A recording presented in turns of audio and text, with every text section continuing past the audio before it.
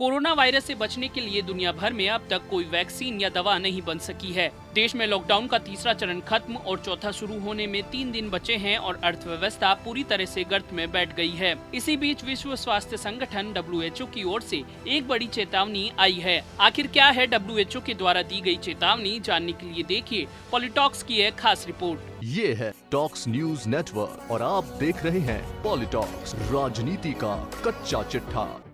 Corona कहर के बीच WHO ने HIV की तरह कोरोना वायरस के कभी न खत्म होने की आशंका जताई है। वहीं अमेरिका के वैज्ञानिकों ने कोरोना के नए रूप का दावा किया है जो कहीं ज्यादा घातक है। संयुक्त राष्ट्र ने भी कोरोना संकट के चलते अगले 10 साल अत्यधिक कष्टदायी बताया है। इस खबर के बाद दुनिया भर का माहौल खौफजदा हो गया है। विश्व स्वास्थ्य संगठन के एक शीर्ष स्वास्थ्य अधिकारी ने चेतावनी देते हुए कहा कि कोविड-19 हमारे आसपास लंबे समय तक रह सकता है और यह भी हो सकता है कि ये कभी न जाए। विश्व स्वास्थ्य संगठन के कार्यकारी निदेशक डॉक्टर माइकल जे रियान ने आधिकारिक बयान जारी करते हुए कहा कि HIV संक्रमण की तरह कोरोना वायरस दुनिया में हमेशा रहने वाला वायरस हो सकता है। यह वायरस कभी नहीं जाएगा। एक स्वास्थ्य आपातकाल के कार्यक्रम के दौरान एक प्रेस ब्रीफिंग में उन्होंने कहा कि यह वायरस हमारे समुदायों में सिर्फ एक अन्य स्थिर वायरस बन सकता है और हो सकता है कि यह वायरस कभी खत्म ही ना हो, जैसा कि HIV भी अभी खत्म नहीं हुआ है। वैक्सीन के बिना पर्याप्त मात्रा में इम्यूनिटी बढ़ाने में लोगों को कई साल लग सकते हैं। डॉक्टर रियान ने कहा कि वह दोनों बीमारियों को तुलना नहीं कर रहे हैं, लेकिन उन्हें लगता है कि हमें व्यावहारिक होना चाहिए।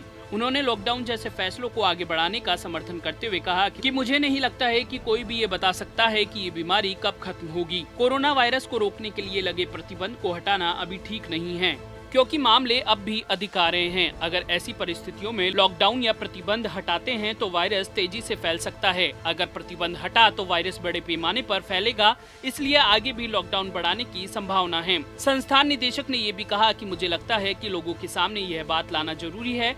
हो सकता है कि यह वायरस हमारे बीच एक और स्थानीय वायरस बनकर रह जाए, ठीक वैसे ही जैसे कि HIV जैसे अन्य रोग जो कभी खत्म नहीं हो सके, लेकिन इनके प्रभावी उपचार उपलब्ध हैं। कोविड-19 की वैक्सीन को लेकर डॉक्टर रियान ने कहा कि हमारा लक्ष्य इस वायरस को खत्म करना है, लेकिन इसके लिए वैक्सीन बनानी होगी जो बहुत ही प्रभावशाली होगी। इसे हम सबको साथ मिलकर बनाना है और इसका इस्तेमाल सबको करना है। इधर अमेरिका के लॉस अल्मोस नेशनल लेबोरेटरी के वैज्ञानिकों ने एक नई स्टडी में दावा किया है कि कोरोना वायरस अपना रूप बदल रहा है और महामारी का ये नया रूप अपने वास्तविक रूप से कहीं ज्यादा संक्रामक हो सकता है। रिपोर्ट में ये भी बताया गया है कि नया वायरस तेजी से फैलने के अलावा लोगों को इतना कमजोर बना सकता है कि उन्हें दोबारा इन्फेक्शन भी हो सकता है।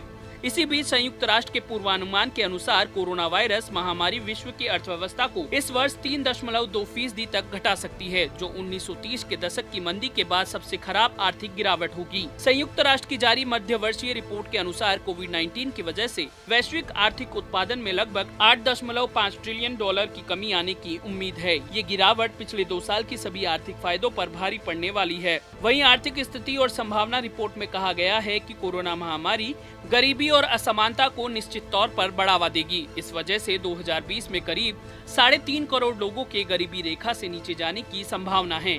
इनमें से 56% लोग सिर्फ अफ्रीका के हो सकते हैं। रिपोर्ट के अनुसार 2030 तक करीब 13 करोड़ लोग अत्यधिक गरीब श्रेणी में शामिल हो सकते हैं, जो गरीबी और भूख को मिटाने के वैश्विक प्रयासों के लिए एक बड़ा झटका साबित हो सकता है। पॉलिटॉक्स ब्यूरो, दिल्ली। ये है टॉक्स न्यूज नेटवर्क और आप देख रहे हैं पॉलिटॉक्स, राजनीति का कच्चा चिट्ठा।